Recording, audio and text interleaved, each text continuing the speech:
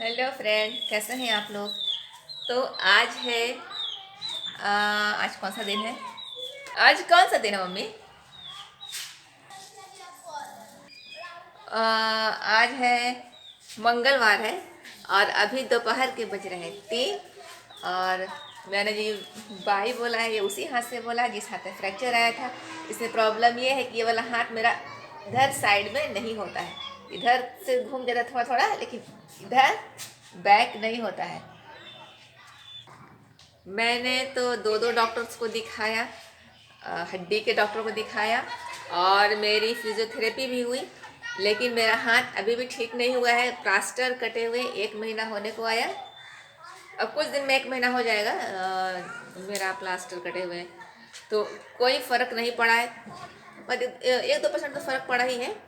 मगर पता नहीं मेरे साथ क्या हो रहा है कि जब मैं पहली बार जब मेरा फ्रैक्चर हुआ तो मैं डॉक्टर के पास गई, तो डॉक्टर ने बोला कि एक्सरे करा के लाइए, हड्डी टूट गई है। जैसे ही मैंने पूछा कि हड्डी कितनी टूटी है, तो डॉक्टर ने तुरंत बिगड़ के जवाब दिया कि कम ज़्यादा कुछ नहीं होता है, बस फ्रैक्चर है। चलो कोई बात नहीं। इमरजेंसी में मैं गई थी, तो इमरजेंसी में एक स्लिप दी गई थी। उसके बाद फिर मुझे बोला गया था 2 दिन के बाद आके डॉक्टर को दिखाने के लिए। तो जब मैं गई तो डॉक्टर को इमरजेंसी वाली स्लिप दिखाना भूल गई। जैसे ही मैंने डॉक्टर को बोला जा इमरजेंसी की स्लिप, भूल गई मैं। डॉक्टर ने मुझे घूर के देखा और बोला भरोसा नहीं होता आती, क्यों भरोसा नहीं है, भरोसा नहीं है, क्यों डांटने लगे। मेरे को समझ में नहीं आया। चलो कोई नहीं। तो मुझे उन्होंने लिख दिया स्लैब लगाने के लिए, यानी कि पक्का वाला प्लास्टर लगाने के लिए। पक्का वाला प्लास्टर रख गया। देखिए मेरी चिड़िया हल्ला करे, क्या हुआ क्या हुआ क्या हुआ क्या हुआ चिड़िया, क्या हुआ। देखिए लो चुनमुन चुनमुन छोटी छोटी सी गुड़िया लो चिल्ला रही है। इसकी मम्मी इन लोग को छोड़ के कहीं चली गई है। तो चलो पक्का प्लास्टर लग भी गया, पक्का प्लास्टर कट भी गया।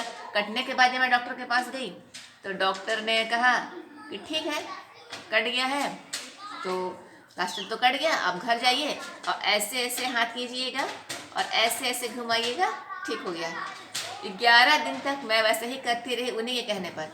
अब बोला था सेकना भी नहीं है, कोई क्रीम भी नहीं लिखा, फिजियोथेरेपी भी नहीं बताई। इशारा भी किया मैंने कि शायद फिजियोथेरेपी। घूर के देखा तो मैंने डर के मारे कुछ बोला ही नहीं। और मैं घर चली गई। 11 दिन तक वेट किया, दर्द बढ़ता रहा, कोई फ़ायदा नहीं हुआ। तो फिर मैं वो डॉक्टर बैठे थे बुधवार को, तो मैं और सोमवार को दूसरे डॉक्टर बैठे थे, तो मैं दूसरे वाले के पास गई, उनको बताया। तो उन्होंने फिजियोथेरेपी लिख दिया और जैसे ही पूछा कि किसके ट्रीटमेंट में थी, उसका प्रिस्क्रिप्शन लाओ। और फिर बोला कि नहीं तुम मेरी पेशेंट नहीं हो, जिसकी हो वो जाने। मैंने इतना रिक्वेस्ट किया कि आप ही देख लीजिए, क्योंकि वो नहीं देख रहे हैं।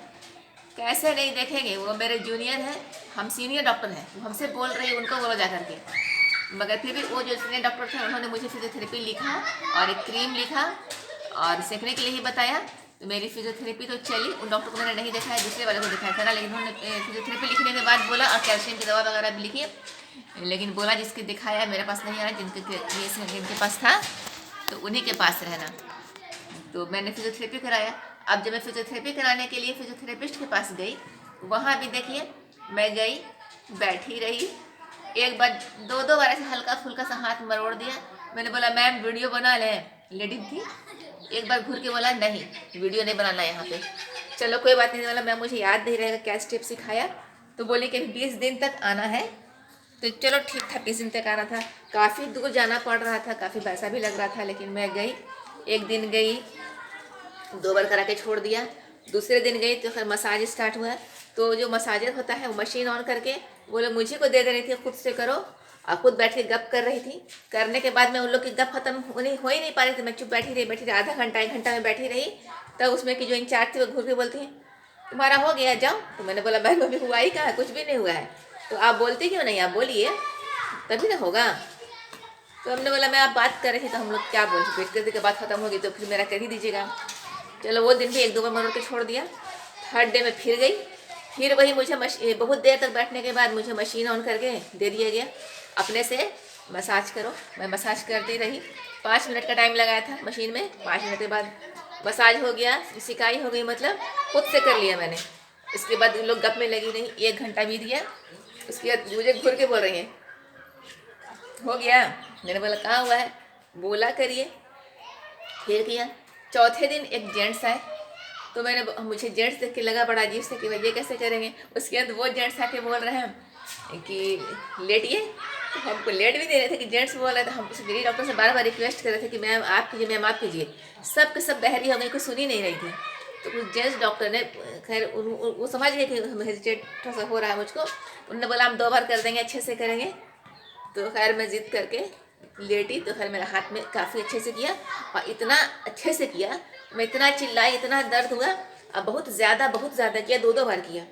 तो एक दिन तक तो मेरा हाथ उठा ही नहीं, मैं एक दिन नहीं गई, लेकिन मैंने महसूस किया कि जो मेरा अभी हाथ थोड़ा थोड़ा खुला है ना, हल्का हल्का सा, उसी दिन के बाद से खुला। तो मैं एक दिन तक मुझे फीवर आ गया, इतना ज़ोर से मरोड़ा उन्होंने कि मैं ऐसे किया, पूरा हाथ खींचा, फिर सारा फिंगर जो था खींच खींच के बजा दिया, उसके दिन उठा दिया, फिर ऐसे मरोड़ा। तो मुझे एक दिन तक पूरा फीवर रहा, लेकिन उसे मुझे लगता है कि हाथ थोड़ा सा खुल गया, हल्का सा मूवमेंट आ गया हाथ में। उसके बाद मैं एक दिन नहीं गई।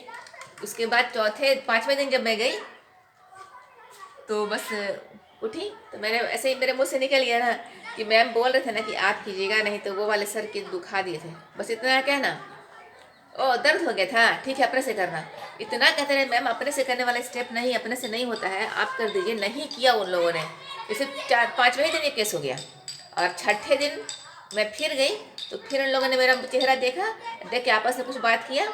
उसके बाद बहुत प्यार से आई, उससे क्रीम लगाया, मसाज किया, और एक टॉवल को पकड़ के बोला ऐसे ऐसे उसको निचोड़ने की प्रैक्टिस करनी है, और उसके बाद कलाई को ऐसे ऐसे करना है, ऐसे करके जोर लगाना है, और घर पे करना है, आपको अब नहीं आना है। मेरा हाथ अभी तक ठीक नहीं हुआ। ये कौन सा तरीका है फिजियोथेरेपी करने का? उन लोगों को तो डॉक्टर को तो सैलरी मिल ही रही है, तो ऐसे कोई इलाज करता है, और अभी तक मेरा हाथ ठीक नहीं हुआ। इतना दर्द अब किसके पास जाए? तो फिर ना मैं पुराने वाले डॉक्टर जिसके ट्रीटमेंट में थी, मैं उनके पास भी गई और कहा कि डॉक्टर साहब मेरे हाथ में बहुत दर्द है, हाथ सीधा नहीं हो रहा है।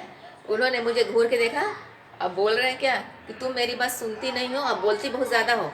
तो अपना जो है कुछ भी करने की ज़रूरत है, ना सिकाई करना है, ना क्रीम लगाना है, ना फिजियोथेरेपी करना है। काम करो, अपने आप ठीक हो जाएगा। आज 25 दिन हो गया है, मेरे हाथ में कोई इम्प्रूवमेंट नहीं है। अब तो धीरे धीरे दर्द बढ़ते बढ़ते कंधे तक चला गया है, अब पूरे पीठ में भी दर्द रह रहा है, फीवर भी है। अब आप ही बताइए कि 2 डॉक्टर के ट्रीटमेंट में थी, फिजियोथेरेपिस्ट के पास था, 20 दिन बोला था, 5 दिन में ही भगा दिया। जब मैं जितने बार बोले मैम कल से नहीं आना है, कल से नहीं आना है क्या, तब बोलने लगी 1 हफ्ते के बाद आ जाना। और इस तरह से मेरा ट्रीटमेंट हो रहा है। ये मेरा राइट हैंड है। डॉक्टर्स लोग को गप करने की फुर्सत थी, बैठ के मोबाइल देख रही थी, गप कर रही थी, अपने हाथ से करती। कॉमन सेंस है कि कोई भी आदमी अपनी फिजियोथेरेपी खुद नहीं कर सकता। 1-2 स्टेप कर सकता है, जैसे ऐसे मरोड़ना है, ये मैं खुद कर सकती हूँ, ऐसे ऐसे करना है, ये भी मुझसे हो जाएगा। लेकिन इसके बाद मेरी कलाई को ऐसे करके मरोड़ना था, वो तो मेरे से कभी होगा ही नहीं। अभी तक मेरा हाथ नहीं खुला है, राइट हैंड है। उन लोगों को सोचना चाहिए था कि अगर ये हाथ नहीं खुलेगा तो मैं सर्वाइव कैसे करूँगी। इस तरह से कर दिया।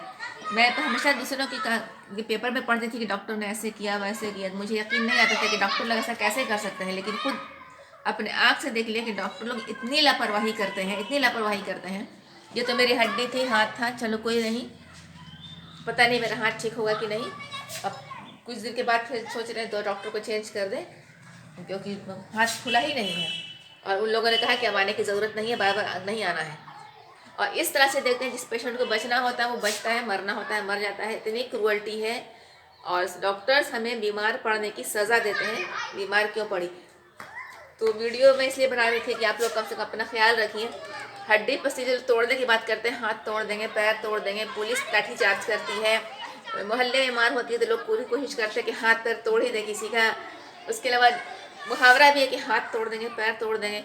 तो ये 2 मिनट की बात होती है टूटना, लेकिन उसके बाद ठीक होने में बहुत प्रॉब्लम होती है। फ्रैक्चर आया, 5 मिनट के अंदर हाथ मुड़ा और फ्रैक्चर आ गया, उसके बाद प्लास्टर हुआ।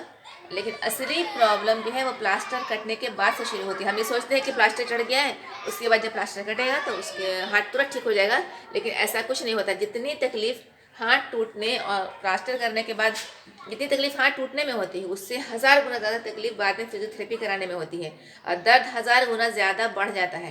फ्रैक्चर इतना सा होता है, और फ्रैक्चर प्लास्टर कटने के बाद दर्द उसका इतना सारा दर्द हो जाता है, इतनी तकलीफ होती है। और ज़्यादा पैसा 700 रुपया पर डे फिजियोथेरेपी करने का लेते हैं। आते हैं, हाथ से मसाज करके चले जाते हैं, 700 रुपया। उसमें भी गप भी शामिल रहता है। 1 घंटा 45 मिनट करते हैं तो उसमें गप भी शामिल रहता है। चाय नाश्ता भी करते हैं। जा ही कराइएगा तो 300 रुपये लेके करते हैं। तो वहाँ पे आपको लाइन लगाना पड़ता है, काफ़ी देर तक नहीं कर पाते वो लोग, बहुत सारे लोग वहाँ पे रहते हैं। तो प्लीज़ किसी का हाथ पैर मत तोड़िए और एक्सीडेंट भी मत कीजिए, संभाल के गाड़ी चलाइए, कहीं किसी का हाथ पैर ना टूट जाए, क्योंकि बहुत तकलीफ़ होती है, इतना पेनफुल होता है। जब मेरा पैर टूटा था तो मैं एक पैर पर उछल उछल के डॉक्टर के क्लिनिक तक गई थी, और जब मेरा हाथ टूटा तो ऐसे हाथ लिए लिए पूरे में घूम रहे हैं, कोई देखने वाला नहीं है, कोई केयर नहीं करता है। दवा, सिर्फ दवा से ही इलाज नहीं हो पाता है, कैल्शियम खा लीजिए, दवा खा लीजिए, पेन किलर खा लीजिए। मैंने कितना ही पेन किलर खाया, कहीं से भी कोई भी दर्द में कमी नहीं आई। आज भी वैसा ही दर्द है। आज मेरे हाथ टूटे हुए 2 महीना हो चुका है, और हम अपने हाथ से कुछ भी नहीं कर पा रहे हैं। और अब किसको दिखाएं? डॉक्टर तो कह रहे कि आप आने की ज़रूरत ही नहीं है, खुद से करो। बस ऐसे ऐसे कर रहे हैं, ऐसे ऐसे करते करते ही टाइम गुजरा जा रहा है, दर्द में कोई कमी नहीं है। कलाई में मुझे बहुत दर्द है, तो कोई डॉक्टर से कह रहे पेन किलर खाती रहो, पेन किलर खाती रहो। पेन किलर का क्या साइड इफेक्ट होगा वो आप लोग सबको पता है। तो बस यही थी मेरी कहानी। हाथ टूटने की अभी तक कोई इम्प्रूवमेंट नहीं हुआ है। तो मैं तो भगवान से ही प्रार्थना करूंगी कि कभी किसी के हाथ पैर ना टूटे, और आप लोग भी प्लीज़ ख्याल रखिए, कभी किसी के हाथ पैर टूटने की तो बात ही मत कीजिएगा, ये बहुत ही पेनफुल होता है। ऐसा है कि जब भगवान बचाए, तो एक मुहावरा है ना कि डॉक्टर से, वकील से और इससे जो है, इन लोग से नहीं तो बचना चाहिए। तो सच में डॉक्टर अच्छे से केयर नहीं करते हैं। और बाकी सब लोग पढ़ के डॉक्टर बनना बहुत ज़रूरी, सब लोग पढ़िए, मेहनत कीजिए, डॉक्टर बनिए, ताकि लोगों का ट्रीटमेंट कर सके। डॉक्टर ज़्यादा होंगे तो इतनी प्रॉब्लम नहीं होगी। इतने पेशेंट वहाँ पे हाथ टूटे हुए, पैर टूटे, बस डॉक्टर ना 2-2 सेकंड देख रहे थे, हटा रहे थे, देख रहे थे, हटा रहे थे। और सबको एक ही दवा दे रहे हैं, बस पेन किलर देना है, कैल्शियम की टेबलेट फेंक दो, एक पेन किलर, एक गैस की, बस 3 दवा सबको देते जा रहे हैं। अब बस 2 मिनट में कोरोना की वजह से क्या हो रहा है कि 10 फीट दूर बैठाते हैं। क्या बात हो रहा है, डॉक्टर देखते तक नहीं है आजकल, 10 फीट दूर में बैठाते हैं। तो यह है हमारे इलाज की प्रक्रिया, हमारे यहाँ का हॉस्पिटल।